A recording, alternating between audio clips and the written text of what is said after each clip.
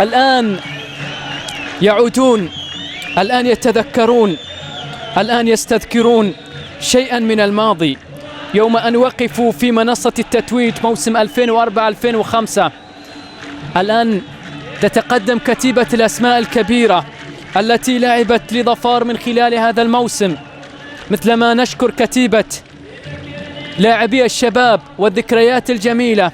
الآن رياض ونادر وأحمد سليم وعلي البوسعيدي وسعيد ربيع ومعتز وتامر ورائد وعبد الله فواز وأدمر وخليل وهاني، نجم الدين، علي سالم، قاسم، لاوسن، عبد السلام عامر، سعيد رزيقي، هشام الشعيبي، وبقية الأسماء التي غير موجودة طبعا في قائمة مباراة هذا اليوم. الآن يحق لنا أن نهني نادي ظفار، يحق لنا أن نهني الزعيم، يحق لنا أن نبارك لهم هذا الإنجاز الكبير في هذه الليلة التاريخية.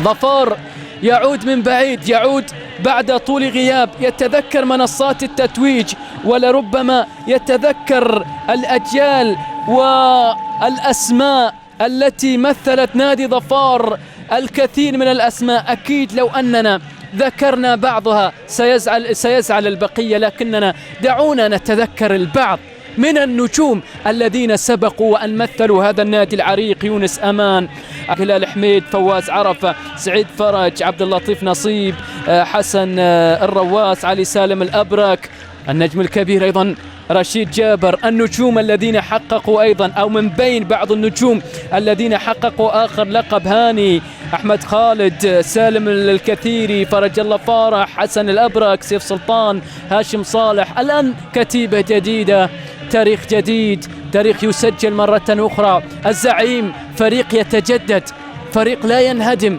الكبار يعودون ولا يموتون إطلاقا. كنا ننتظر في كل موسم نقول هذا موسم الزعيم، والزعيم بعدما حقق لقب بطولة الدوري في موسم 2004-2005 كان قريب جدا حتى من مراكز الهبوط في الموسم الذي تلاه. لكن لاحظوا كيف وأن الفرق الكبيرة تعرف كيف تقف على أقدامها، يتسلمون الميداليات الذهبية، يتسلمون بل يقطفون ثمار الموسم، يلتقطون الذكريات التاريخية في ليلة تاريخية كألف ليلة وليلة يا زعيم.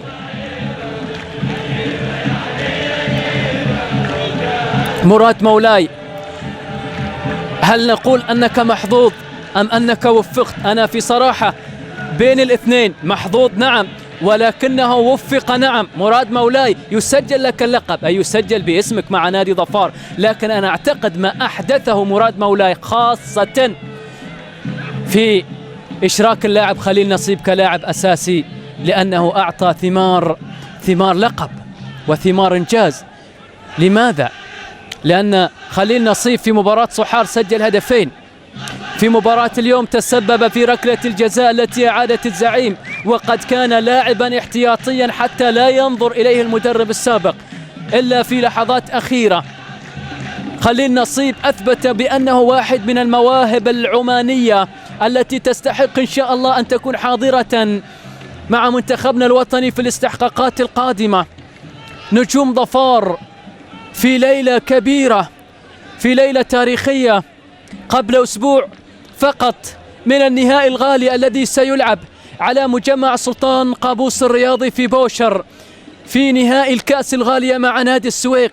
الليلة سيحتفلون، سيأخذون معهم الأفراح، سيسافرون بها من صلالة إلى مسقط، محملين معهم لقب الدوري من خلال هذا الموسم. أحمد سليم يحققها للمرة الثانية، مع العروبة حققها ومع ظفار يحققها. الآن أحمد سليم يتسلم الدرع بعد قليل. اللحظات التاريخية، اللحظات التاريخية، اللحظات المثيرة، الليلة الكبيرة. نادر عوض، وإن كنت يا نادر باقي الأسماء موجودة. نادر، هاني نجم الدين، خلاص حان وقت البطولة، حان وقت رفع الدرع، حان وقت العاشرة.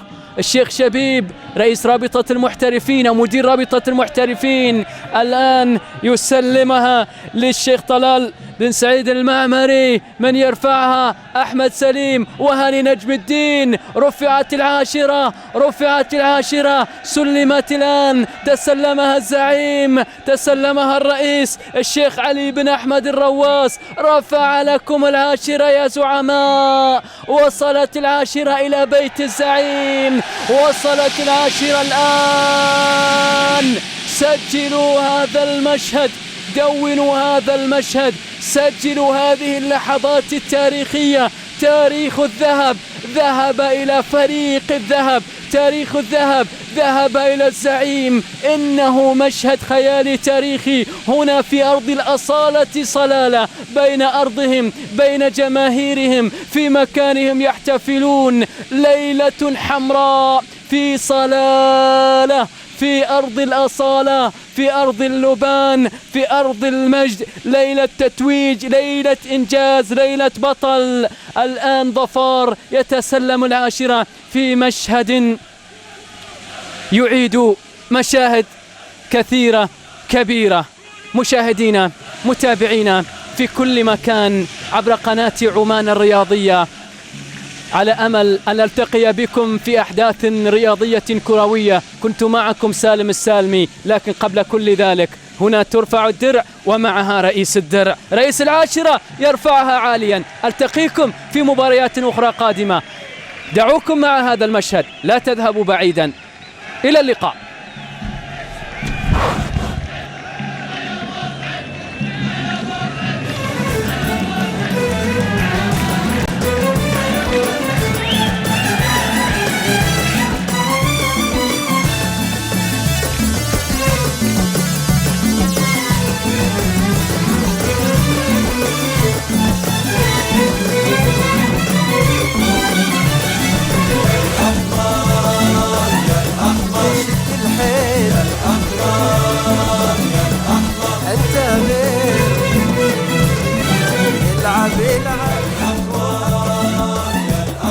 شد الحيل الأحمر يا الأحمر، أنت غير.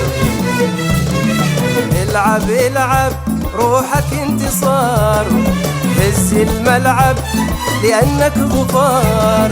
العب العب روحك انتصار، هز الملعب لأنك ظفار. علمهم فنونك، خوفهم بلونك، علمهم فنونك، خوفهم بلونك.